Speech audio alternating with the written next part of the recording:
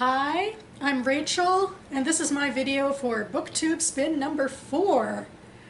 The BookTube Spin was started by Rick McDonnell. I believe he's basing it off of another book challenge that is off of BookTube, but he's the one who brought it to BookTube, where every quarter he runs a little spinny thing, as I call it. Really, it's a digital wheel of 20 options, and before he runs this, everyone participating is supposed to have created a list of 20 books that they want to read. I think really the idea is, that they've, been hammering at you to read them, but, because we're booktubers, we have too many books on the TBR as it is. So we've pre-numbered them before Rick does his spin, and then whatever number he lands on is the number we have to read from our personal collections. Except he's started doing 2 spins, which actually I feel like makes it more fun. Then we have to get a little creative with how we're going to choose one of the books, or if we'll choose one of the books. But anyway, I guess I'll get to that. This is my 3rd time actually participating, even though it's BookTube Spin number 4. And I have yet to read my BookTube Spin number 3 from quarter 3 of this year, All the King's Traders by Keelan Rivers, although it is on my TBR for this very month. I will be getting to it in the next few weeks, I promise. In fact, my BookTube Spin list, which I posted on Twitter a couple of days ago, is not that different from the list I did in my Spin number 3 video, which I will link down below.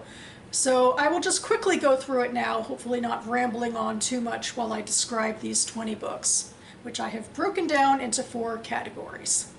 The first category is Jewish fiction, starting with We Were the Lucky Ones by Georgia Hunter. It's about a family surviving the Holocaust. Number 2 is Strangers in Budapest by Jessica Keener, a revenge plot in post-communist Hungary. Then number 3 is The Magnificent Esme Wells by Adrian Sharp. It's Hollywood in Vegas around World War II. Number 4 is We Are Gathered by Jamie Weitzman, a Jewish interfaith wedding dramedy. And finally, number 5 is The Calculus of Change by Jessie Hill, YA romance after a personal tragedy. Moving on to general fiction, number 6 is Love Marriage by Vivi Ganeshanathan. A young woman cares for her dying uncle who was part of the Tamil Tigers. Number 7 is This Could Hurt by Gillian Midoff, workplace dramedy. Number 8, Olive Again by Elizabeth Strout, is a sequel to interlinked short stories about a curmudgeonly young woman named Olive from Maine.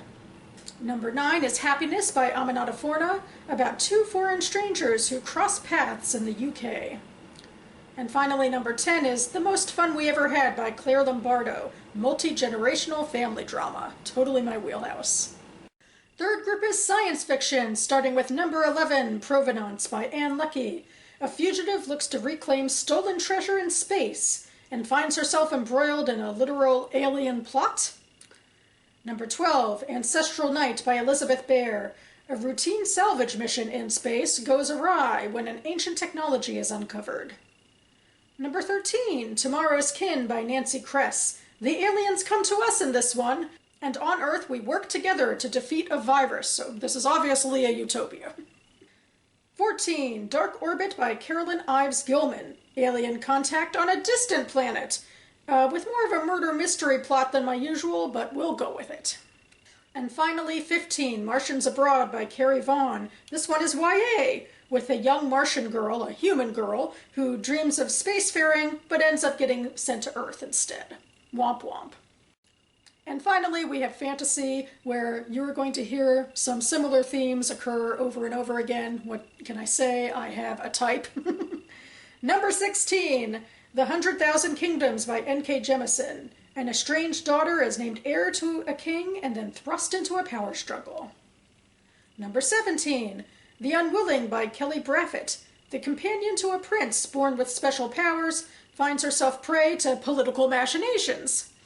Number 18, The Vanished Queen by Elizabeth Campbell. A woman vows to take down a despotic king and, surprise, surprise, finds herself embroiled in court politics. Number 19, A Queen in Hiding by Sarah Kozloff. An orphaned princess becomes a guerrilla fighter and must assemble a group of rebels to take back her kingdom. And finally, number 20, this is the only one that's actually different on this TBR than my last TBR, because I had to replace my last book. The Waking Land by Callie Bates. A young woman returns to her magical homeland after she's accused of her foster father/king's murder. Here's to hoping I did well with those descriptions. I don't actually know too much about the books. I tried to, not spoil myself too much, so we'll see. But anyway, here's what happened in the video that Rick posted the morning that I'm filming this. The first number he rolled was number 5, which for me was a YA Jewish one, The Calculus of Change by Jessie Hill. And then the second number he spun was Olive Again by Elizabeth Strout, which is the sequel to Olive Kitteridge.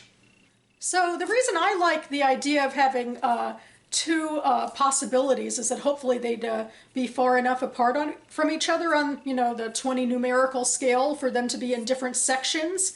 And then I could see which section I want to read from for the next spin. So I decided not to go for The Calculus of Change because that was in my Jewish section, and I had actually read a Jewish book for BookTube Spin number 2. Whereas number 8 was in my general fiction section, and I haven't read general fiction for the BookTube Spin yet. And also, I happen to own the book, which is actually pretty rare for me. I intended the spin to mostly be books I don't own, because I have another game that I do for books I do own.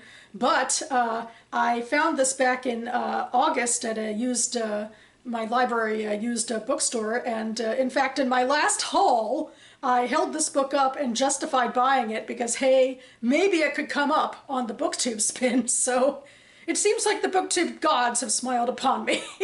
I've justified the purchase. And I'm going to do my best to get to it this actual quarter to actually, treat this the way Rick intended, with reading the book in the quarter that it's meant to be read in. But at the very latest, I suppose I'll be holding it up in January and promising to read it before announcing BookTube Spin number 5. We'll see. Anyway, that about covers it for me now. You can find the Goodreads links for all 20 of these books listed down below in case you want to know more information. Speaking of books that I'm actually reading rather than planning to read in the indeterminate future, I will be back on this channel soon with my first Friday Reads video of the month, so stay tuned for that. In the meantime, thanks so much for watching, everyone. Hope everyone who participated got a good book for this spin, and I'll see you next time.